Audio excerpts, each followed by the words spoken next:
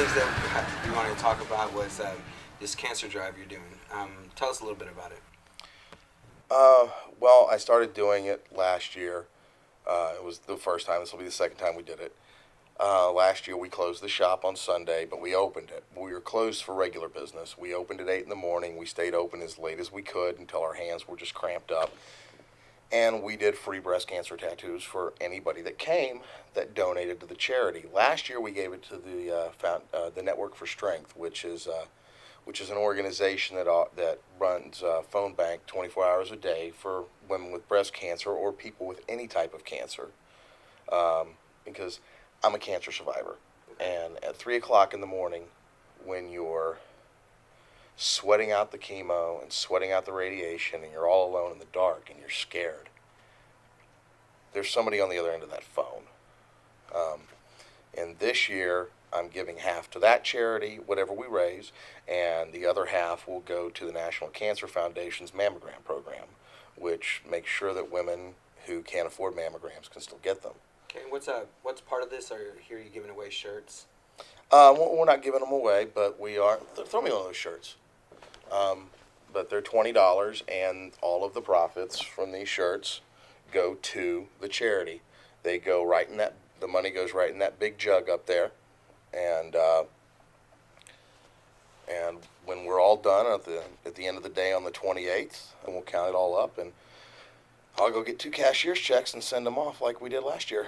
So who printed off these shirts for you? It's kind of cool. Travis T. and his son is one of the owners of No Regrets Tattoo, Travis. So Travis's dad did these for him. He does all my T-shirts. And I just, for me, it's not just about breast cancer. It's about cancer, period.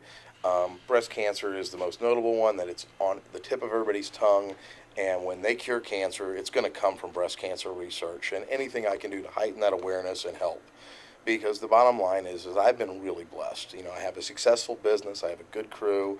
I make a good living. And if you don't give back, then, you got to give back. You got to, if the Lord blesses you and provides you with things, He also asks us to give back.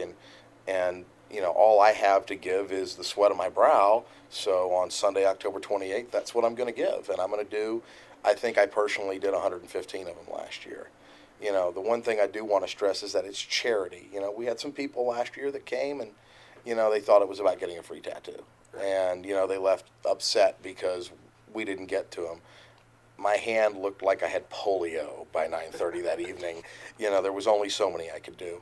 But we're hoping to do at least 350 this year. We'll have four people doing them all day. We'll start at 8 o'clock in the morning. We learned a little bit. It's going to be a little bit easier this year. We're going to give people numbers, so they can come back. So they can come back if need be. But it's really just about raising money and breast cancer awareness. That's what it's about. That's really noble of you and kind of important. I too have people that lost. I lost them in my life due to cancer. My mom's husband recently passed away from colon cancer, and cancer is affecting everybody. And the research is very, very important. And every bit of money that can be raised to help is big. And I think that's one of the reasons that we're doing this, is so that people not only can see it online and through flyers and through whatever, but a video form, and to see the people that are doing it, to see that it's not just people trying to make money, but people that are trying to legitimately help somebody. And another thing, while we're talking about cancer, that I want to mention, because it just popped into my random head, I get a call about once a week, do you do glow-in-the-dark tattoos? We don't do glow-in-the-dark tattoos. And the reason I don't allow them done in my shop is really simple. If it glows in the dark, that means it has radium in it. If it has radium in it, it has an isotopic weight. If it has an isotopic weight, it's radioactive, therefore it's carcinogenic. Therefore it causes cancer. I will not put that in good conscience in somebody's body. There's no law against it. It's legal, it's FDA approved, but I just won't do it. The same stuff that makes that ink glow is the same stuff that makes your watch dial glow. So you think that, I know you have a lot of values and a lot of things that you will and won't do as an artist. One of the things that affects me is I'm heavily into heavily mods, and there's no modification artists here that are allowed to do that because of the law. I notice you have no facial tattoos, or none of your artists really do. Um, do you think that the legalization of facial tattooing is important, or that it should follow with the same law as cosmetic tattoos? No, I don't. I mean, I don't have any facial tattoos, and it's just a personal choice. Um, if one of my artists comes in, goes down to Texas and gets a facial tattoo, great, that's cool. That's a personal choice, and I think a tattoo is a personal choice. And I think the ban on facial and hand tattoos is just it's wrong. It's as wrong as the ban was outlawing, keeping tattooing from being legal. Period.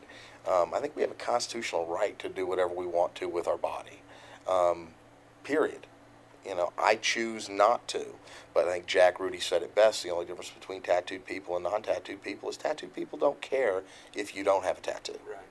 Do you think, as an artist, as to anybody, is a responsibility to you as an artist to tell the customer, what's, behind the tattoo and what happens? I have a hand tattoo. I also have my eyeball tattoo, and I can personally say that people look at you differently just because you have tattoos on a certain location, especially if they're visible. Well, I think ethically as tattoo artists, we are responsible to counsel our clients. When you get that guy that comes in and goes, I want to get my girlfriend's neck right here, name right there, Shaniqua right here. You have no other tattoos, but you want me to tattoo bigger than life Shaniqua on your neck. I think it's a bad idea. Now, at the end of the day, I'll do it. If it's within the legal rights, and I've counseled them. People come in for names. I've got a little speech. I tell them, hey, you got to hear my little speech. When I'm done with my speech, if you still want the name tattoo, by all means, we'll do it. And I love quoting Jack Rudy because he is one of my heroes. And Jack Rudy said, what the rule is on names? Do them really big, because big names mean big cover-ups. Right. It's their expression. And why I personally wouldn't get my face tattooed, I'm not going to tell somebody they can't. Right. And if it's legal and somebody comes through the door, and after we've sat down and discussed it, and I am 100% sure that they're fully aware of the possible consequences of that, so the ongoing down the line social consequences, that they've weighed that out, by all means, I'll do that tattoo. Do you